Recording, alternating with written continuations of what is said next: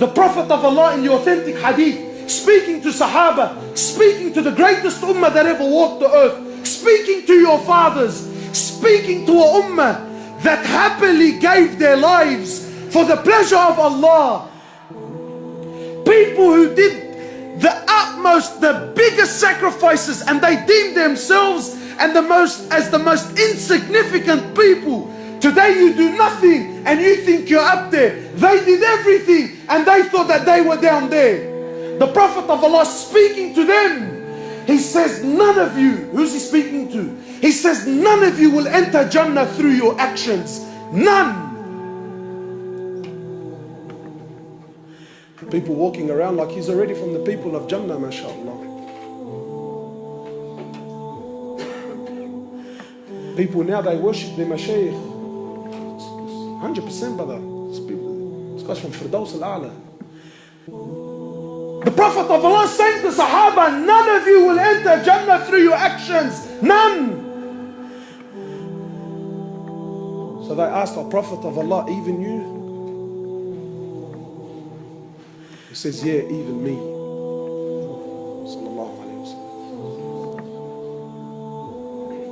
The greatest mujahid was Muhammad sallallahu alayhi wasallam.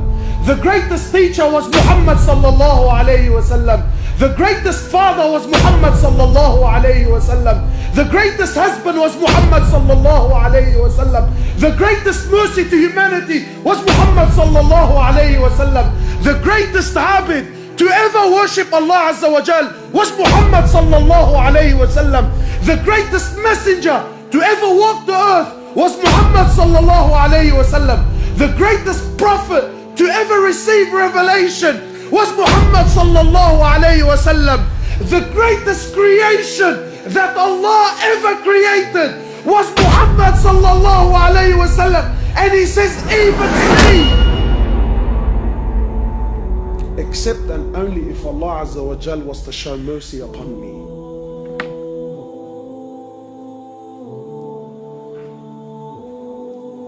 Even me. People walking around like there's something, man.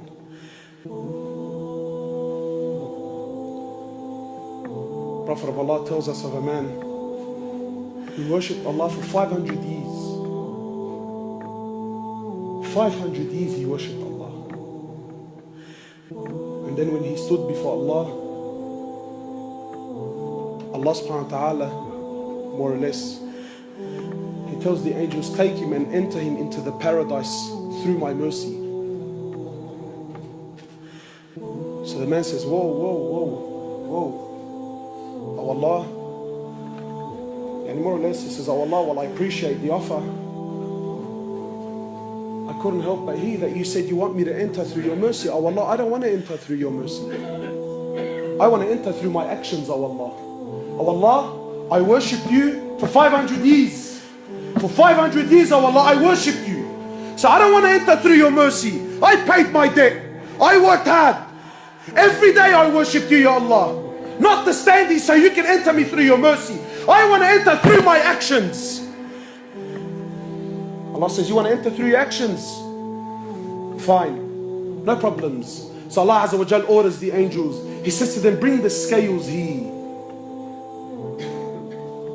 He says, put the man's 500 years of worship on one end of the scale.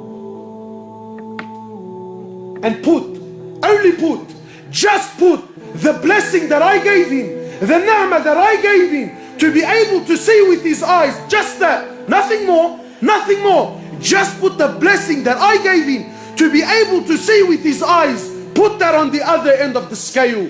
Just the blessing to be able to see outweighed 500 years of worship. So Allah says to the angels, take him and throw him into the hellfire. Then and only then, he says, oh Allah, please, oh Allah, please, I am content with your mercy. I'm content with your mercy, Ya Allah. Allah doesn't need anyone, my brothers. The ni'mah of seeing. Today we've forgotten. Today we've forgotten. Today you and I think what?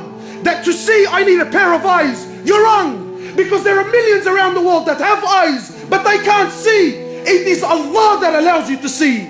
Today you think to hear, I need a pair of ears. You're wrong. Because there are millions around the world that have ears. They're stuck on their heads, but they can't hear, my brother. It is Allah that allows you to hear. Today you think to walk, I need a pair of legs. You're wrong. There are millions around the world that have legs, but they can't walk. It is Allah and Allah alone that allows you to walk. Allah, not you. Allah, not you. Allah doesn't need you, my brother. Allah doesn't need me. Allah doesn't need us. And we have to understand, because this is Aqidah. You have to know this so that when you worship, you are always humble. When you worship Him, you never have pride. When you worship Him, you never have arrogance. Because you know, at any given point in time, I am where I am only through His mercy. Only through His rahmah, I am where I am. Not because of your own actions. And to know with depth, with yaqeen, with certainty, that Allah, the King of Kings, doesn't need anyone. He doesn't need anyone, my brothers. Wallahi, everything you see around you, everything. Today, the Muslims have so much fear in their hearts. Fear of the kuffar, fear of the West, fear of laws, fear of regulations, fear of this and fear of that. But to know that Allah Azza wa Jal is not in need. Wallahi, my brothers, wallahi, I take an oath by Allah. You have to come to terms. You have to come to believe with certainty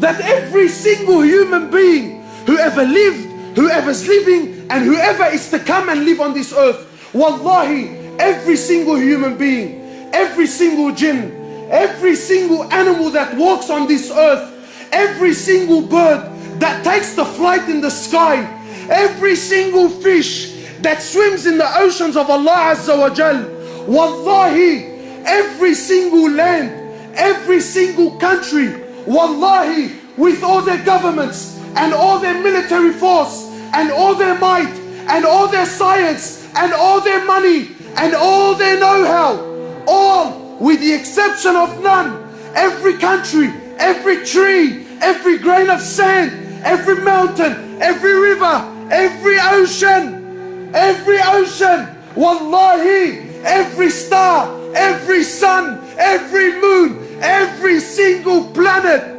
every single angel, the billions and billions and billions of angels, all of them, with the exception of none, Mikael, Jibrail, Israfil, all, the first heaven, the second heaven, the third heaven, the fourth heaven, the fifth heaven, the sixth heaven, the seventh heaven, the ocean above it, the eight that carry the throne of Allah, the arsh of Allah, all are dead. All are dead. Nothing moves, nothing stops, nothing makes, nothing breaks, nothing gives, nothing takes, nothing rises, and nothing falls, nothing harms, and nothing benefits.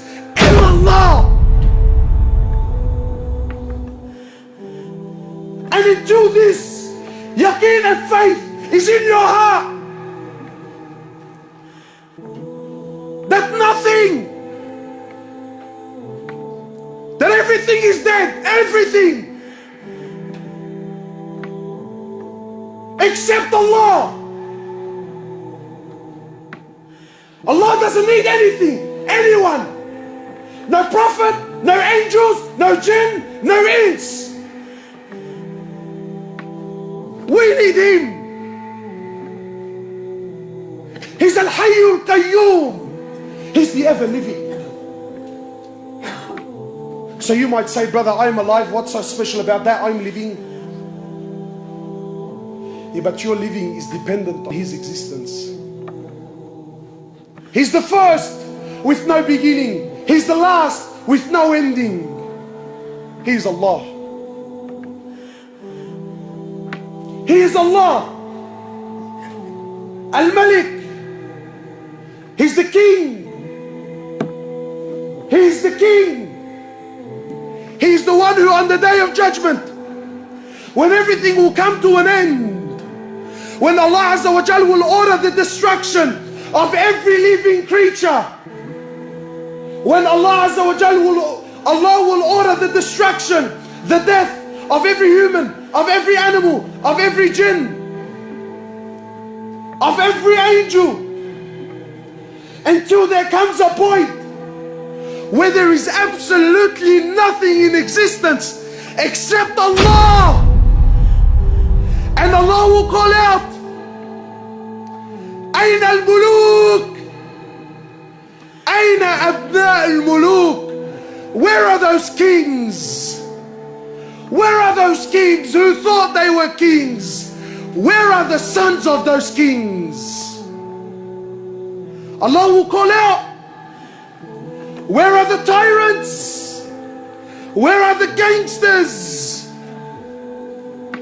Where are the boys that thought he was something? Where? أين أبناؤهم? Where are their children?